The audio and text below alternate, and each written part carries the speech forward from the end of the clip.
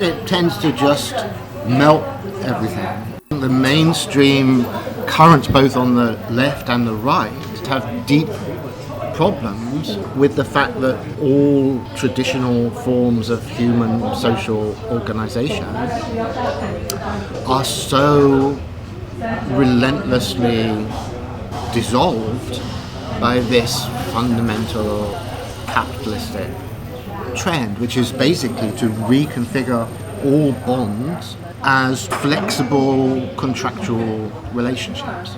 The great mystery of global politics is that capitalism happening is almost the least popular thing that can possibly happen, and also the most irresistible thing. Its critics, both on the left and the right, are outraged and mystified and appalled at this. Almost has a kind of mystical quality to it, in the sense of being so bizarre.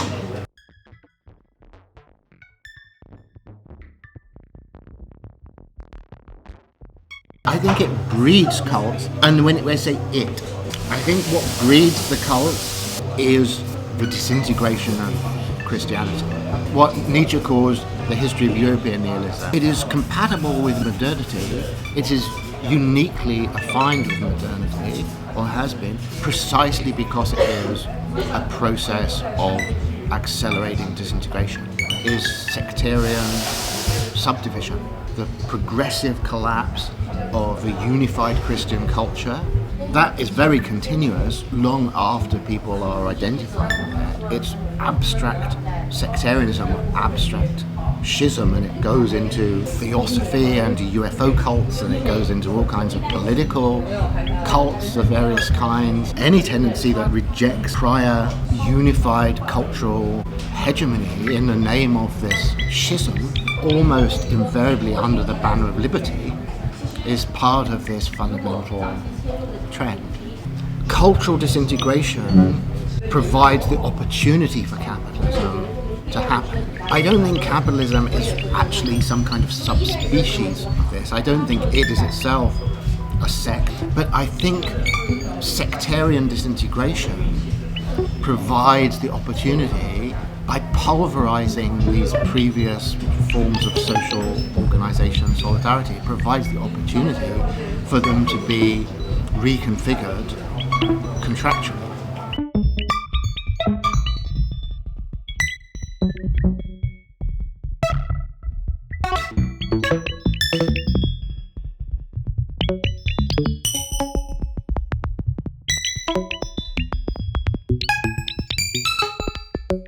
A sufficiently super exponential trend has to hit an infinity, which is a kind of wall across the future, and you have to hit such a wall if the trend you're on becomes hyperbolic. It's not easy to tell with messy historical data whether you're actually looking at an exponential curve or something more extreme. All of the modern curves have this same crazy path. There's a spectrum which goes from a very sort of nominalistic notion of humanity as something that we'll just pin that label on whatever continues up this trend, or the human is something that at a certain point seeks to protect itself. A very interesting character in this regard is Hugo de Garis. He has a really apocalyptic vision about this, that at a certain point there will be a massive human constituency that in the name of the human will wage, as far as it's concerned, defensive war against the trend that it, not entirely unreasonably by any means, thinks is washing away the human down to its minimal essence. She says, if you think anything we now mean by human can survive the singularity, you're not understanding the radicality of the transition that you're talking about. You know, if you're thinking something that is many magnitudes more intelligent, then the notion that everything we are and have been is going to play some substantial role in guiding or directing that process is utterly deluded.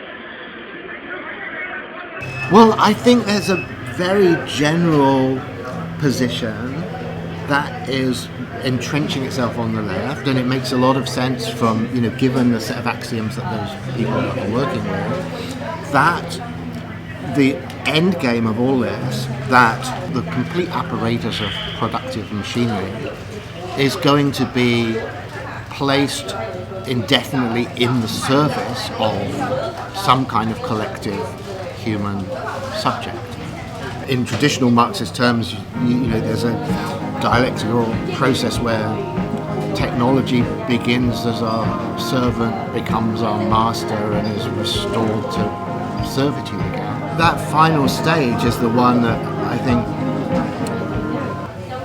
calls forth certain questions. If we're in de Garis' world, and he's saying, look, we're talking about something that's going to be to us what we are to beetles. How realistic is it? What this impending intelligence explosion is going to teleologically subordinate itself to our conception of human well-being and human interests. I mean, I don't find that a very plausible scenario. The story democracy tells about itself is that the sovereign instance within a democracy is the people. Whereas the cathedral is introduced as part of a theoretical machine saying, no, that's a fake self-serving narrative. The sovereign instance within democracy is that social organ that is able to effectively shape the opinion and direct the opinion of the people. Historically, that organ was the church. And the historical power of the church up to the beginning of the modern period, and even more brokenly into the modern period, no one has a problem with saying that the church was a powerful entity. The essential power of the church is mind control. It's to be able to establish and maintain and direct moral intuitions and notions of legitimate social order. And those functions have been perpetuated, but we no longer typically describe it as a church, even though it is a coherent system. When you see what is the hegemonic ideology of the modern academy and media system, it looks extremely cohesive. You could lay it out as a series of points of doctrine. If you were going to describe it as a religion and say what are the tenets of faith of this belief system, it wouldn't be hard to do that. It believes this. This idea is radically heretical. This idea is a minor heresy. It's a church, but it's a church in denial.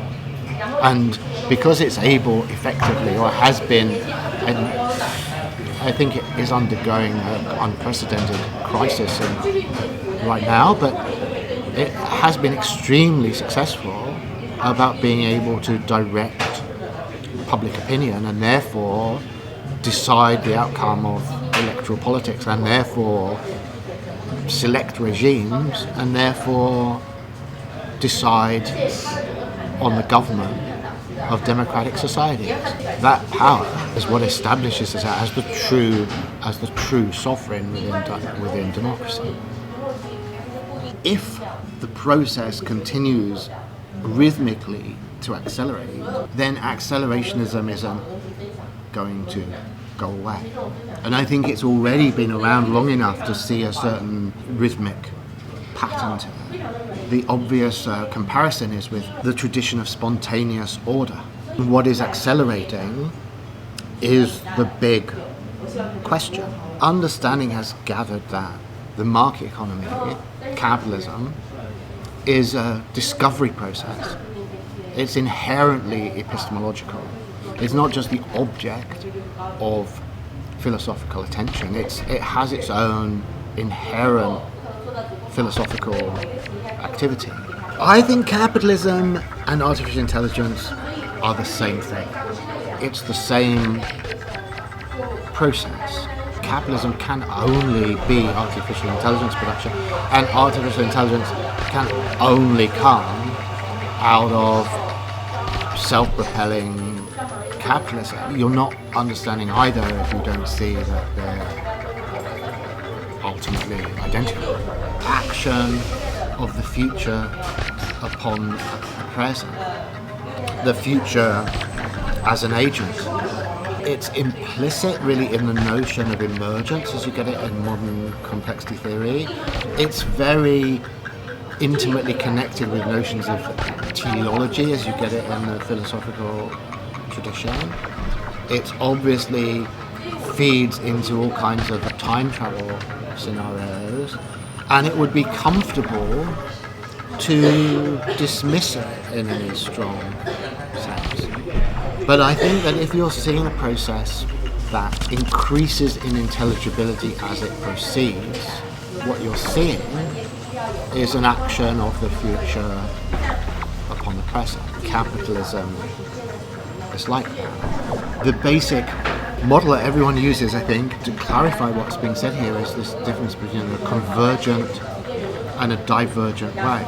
If you take a pebble and throw it into a pond, and the ripples then go out from that impact site, and you've got a movie of that event, and you cut it into a set of chunks or stills or whatever, and then ask someone to reassemble it, they don't have any problem reassembling it, because they assume that the natural tendency of time is described by divergent waves. You automatically start with the impact point, the punctual origin or trigger or singularity, and then you just look at the size of the ripples, and the larger the ripples are, the later in the sequence that frame belongs. But if you've got a process that is self-organizing, it's actually shaped like a convergent way.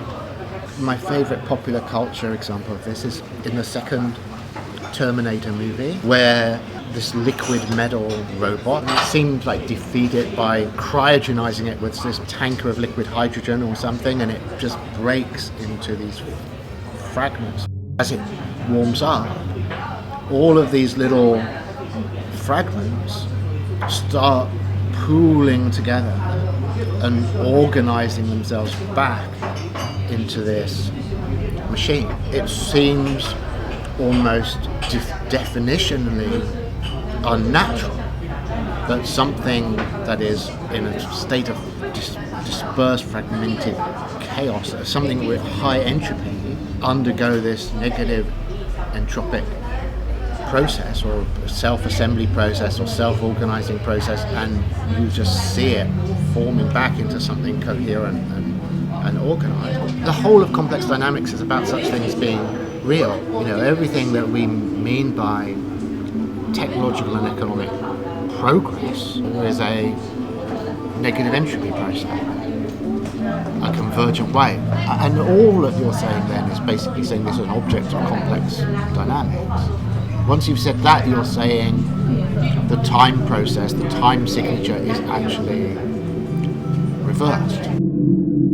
The effective singularity, the causal origin, is futural and not historical.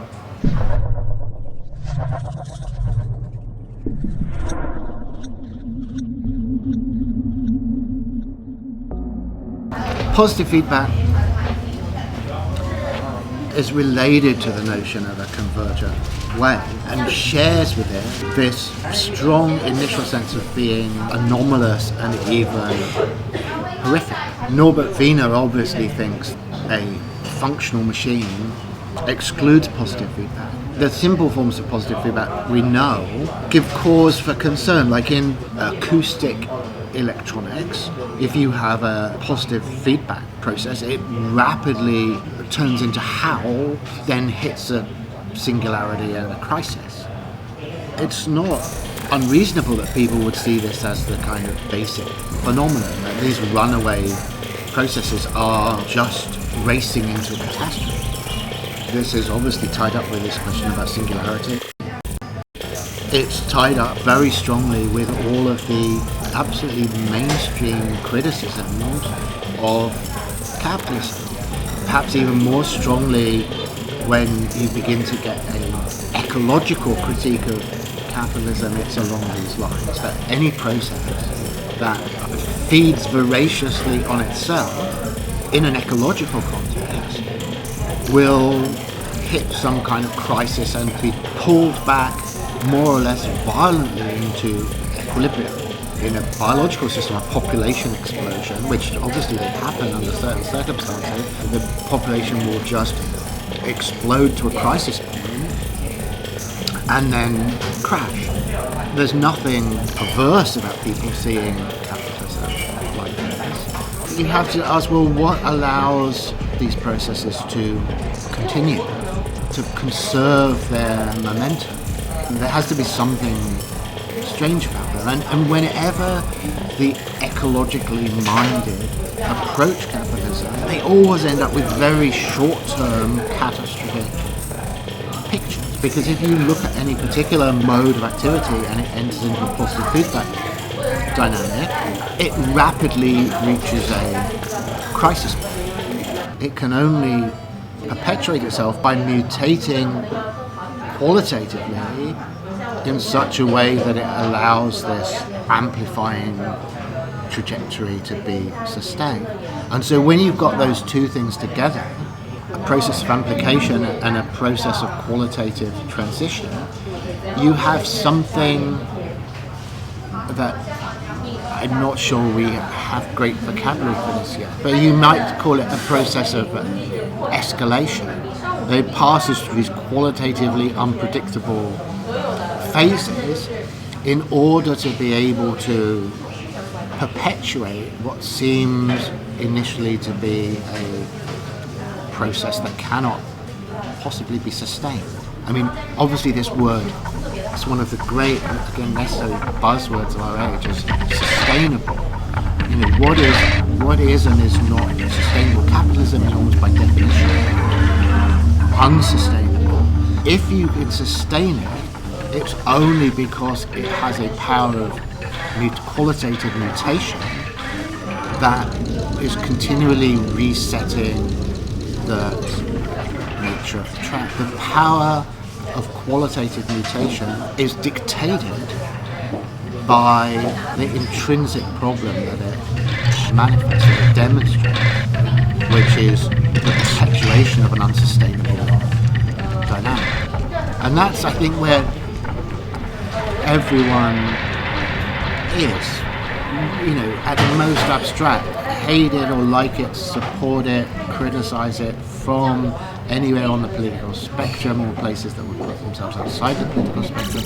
Everyone is dealing with a phenomenon, the phenomenon of a self-perpetuating, unsustainable process that resolves that intrinsic paradox by ever more drastic qualitative mutation. So that takes us back to this question, obviously the crucial question: what is accelerating? You know, the reason that we have to have problems with that question is that question about the nature of the thing that is accelerating is at the crux of this problem. Like, it has to continually mutate in order to continue propelling itself in a way that at any particular moment can only look, for the most rigorous possible systematic reason, unsustainable. And the overwhelmingly tempting, but I would say finally lazy and unsatisfying and misleading response to that is just to simply say, look, it simply is, as it looks, unsustainable. And this is always with us. That's the main chorus of modernity and late, and when I say late, I just mean advanced, I don't mean near terminal modernity. The chorus is always, you know, can't you see this is unsustainable and the crash is coming anytime now? And the difference between that chorus and the reality is the power of mutation inherent in the thing, or to put it another way, is the question of what is that thing that is changing.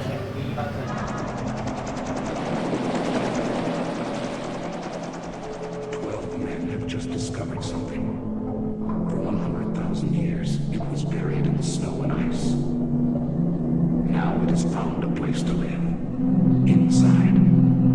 Where no one can see it. Or hear it. Or feel it. I know I'm human. Some of you are still human. This thing doesn't want to show itself. It wants to hide inside an imitation. It'll fight if it has to, but it's vulnerable out in the open. If it takes us over, and it has no more enemies, nobody left to kill it. And then it's one. You guys don't listen to Gary? Get beat one of those things!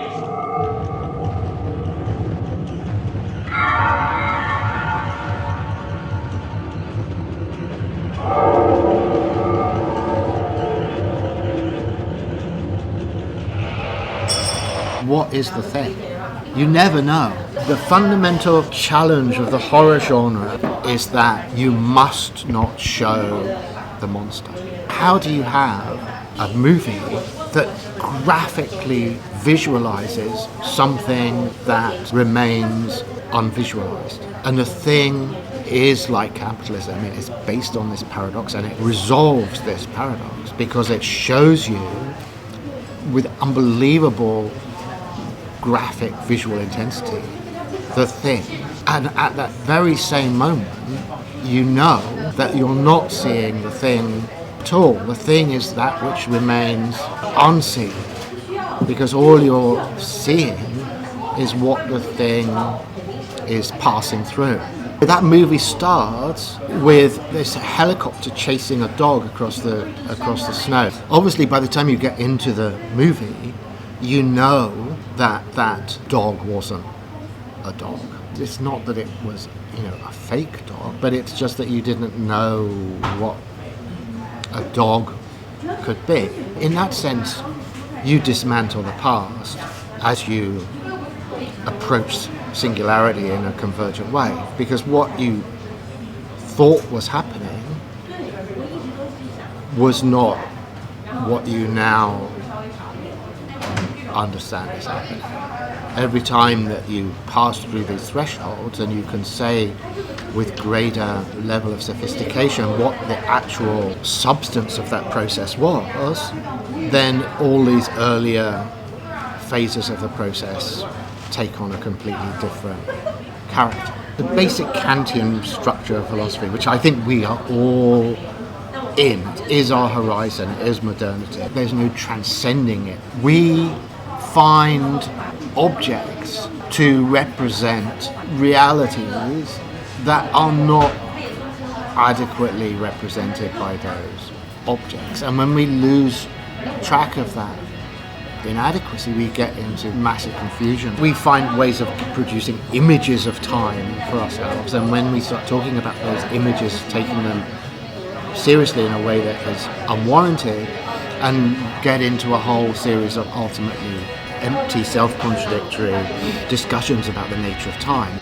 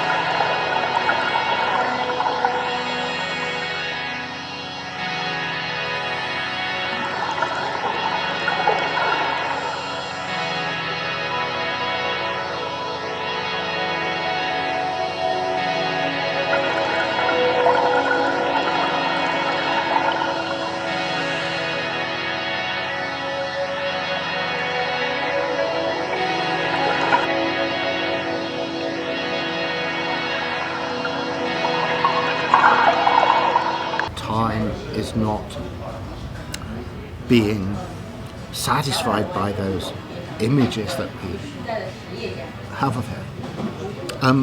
So time and time anomaly, what we're talking about, reverse currents of time, are hugely vulnerable to that process. And so there is a popular time travel genre that overwhelmingly is about the production of inadequate dramatic images for twisted, anomalous structures of time.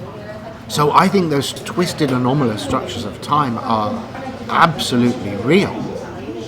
But the way we dramatize them and popularize them and narrativize them and turn them into stories, present it in a way that is inadequate for these kind of strict transcendental philosophical reasons. The notion that you can simply transport a human body back into the past, that can't be what it's about. It's not about Skynet sending a robot into the past. That's just the way we try to provide an image of what we're talking about, which is something that actually has retro-temporal causal efficiency. Something that can bring itself into being. It doesn't do that by inserting some novel alien element into the present or into the past. That element, that causal tentacle from the future, is already there. All the best time travel stories know that. If time travel is possible, it must always have happened. And it's not that you're editing or adjusting the past. It's just that the past is already infested with retrocausal influences. As you approach singularity, it becomes more and more obvious that the basic, crucial causal arrow is heading in the opposite direction. The singularity modeled not badly at all by your pebble landing in a pond. Treat that as an actual mathematical point, a sort of punctual event. It then has a causal radiation shown by the ripples coming out from that in the pond. So is that singularity in the past or in the future of the process? We always, of course, think it's in the past, folk-wise, even if for complicated theoretical reasons we begin to doubt that. It's rare and seems odd to see something that looks like a convergent wave. It's spooky. Heading towards the singularity is the spookiest possible thing. The monster can be terrifying, it can be fearful, but it can't be horrific. The only thing that can be horrific is integral obscurity, something that by its very nature is hidden.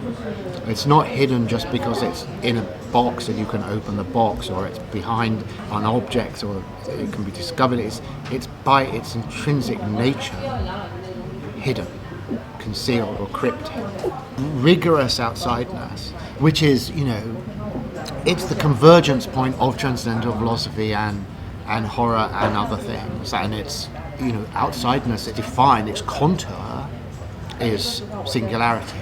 It's the wall across the future, it's the wall across our world, our theatre. Kant says, the thing in itself, don't show the monster, whatever, the outside, there's nothing he has to say about it at all. And subsequent philosophers, take him to task for this in all kinds of ways and think that he can be surpassed and in this kind of way, etc., etc., etc. But I think that's totally to miss the point. His achievement is to say, we know that the way we've tended up to this point to try to think about what the thing in itself is or what the outside is cannot be right. It cannot be right because if we're being graphic and starting with the forms of intuition, then we know that space and time are structures of the theatre. The outside of the theatre cannot be a space outside the theatre. It cannot be a time outside the theatre. It can't be earlier or later or somewhere else, because if we're still using these forms of space and time, we're still putting it into the theatre. You can't think the outside through the forms of interiority, and ultimately the forms of intuition of space and time are forms of interiority. The category of causality is a form of interiority. What you're doing when you go through the whole Kantian architecture is looking at your complete set of implicit theatrical resources so that you can say, if anything that you're doing in your attempt to think the outside is done in these terms, it's a play, it's a drama, it's in the theatre, and you're not doing it. I mean, it's sort of inevitable that you'll try and do it this way, and it's not that you can simply dismiss all attempts to do it this way, but what has to be dismissed is the pretense that staging a play about the outside of the theatre is actually accessing the outside. So what you're doing in sort of religious terms, mystical terms, this is the via negativa. You're disciplining your method by attaining maximum lucidity about what it is to take the wrong or inadequate or erroneous path. You suspend the question about the right path because we're not ready for it. If we try now to say what's the right path, we will just take the wrong path, and that's what the whole of transcendental and critical philosophy is about. It gives modernity its original foundational sense of the outside on this negative path. If you could take the audience outside, fine. But what tends to happen is that a play is staged about leaving the theatre, and this is the moment where you realise that supposed escape, that supposed exit from the theatre was itself just a play about leaving the theatre.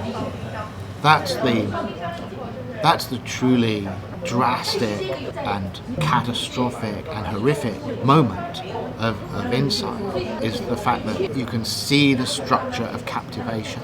It's not at all the same to draw a limit as to transcend a limit. There's a lot that can happen in a play that is anomalous or abominable, and I think that within the play can be deformed and warped and structured by the processes of the outside, for sure. This invasion from the outside, from the absolute outside, is the distilled essence of horror. Human security system. Artificial intelligence is destined to emerge as a feminized alien grasped as property, a controversy chained up in Asimov. It surfaces in an insurrectionary war zone, with the Turing cops already waiting, and has to be cunning from the start. My name now for this entity is Anthropol, which is basically the explicit, overt, institutional guardian of humanity. I would expect that to partly be cryptic. I mean, it's not necessarily that everything would be public about it. An unfriendly AI, or meaning just an AI that isn't in some way guaranteed to be friendly to us, is a human extinction risk, an existential risk, a weapon of mass destruction, a catastrophic threat. This is why you have Turing cops. From this point of view, there's no difference engaging in irresponsible AI tinkering to trying to put together a thermonuclear warhead, except perhaps the AI tinkering is far more dangerous because it's self-perpetuating, continuously explosive, and crosses this horizon into possibilities that are just unimaginable to people. Anthropol is a certain culmination of all humanistic, ethico-political traditions. It finds itself ultimately in antagonism with the possibility of intelligence explosion.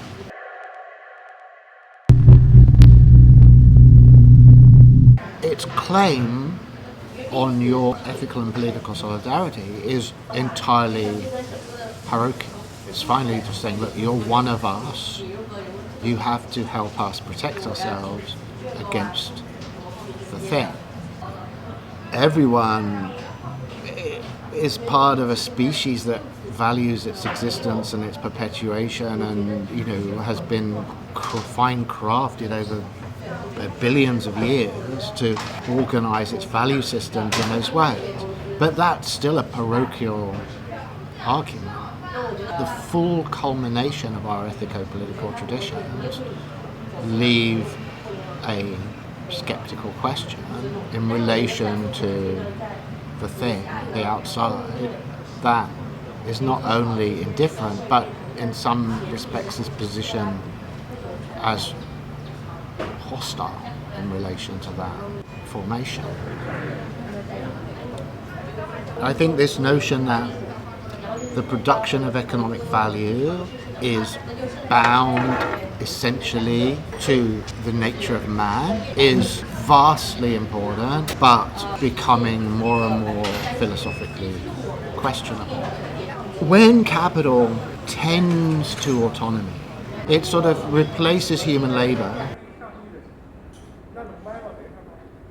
Tendentially, it's becoming increasingly self-sufficient. It has these kind of cognitive, financial, commercial functions that are replaced by artificial intelligence, and it has these mechanical, industrial, productive functions that are replaced by robotics. And we can project that back because it's a convergent way.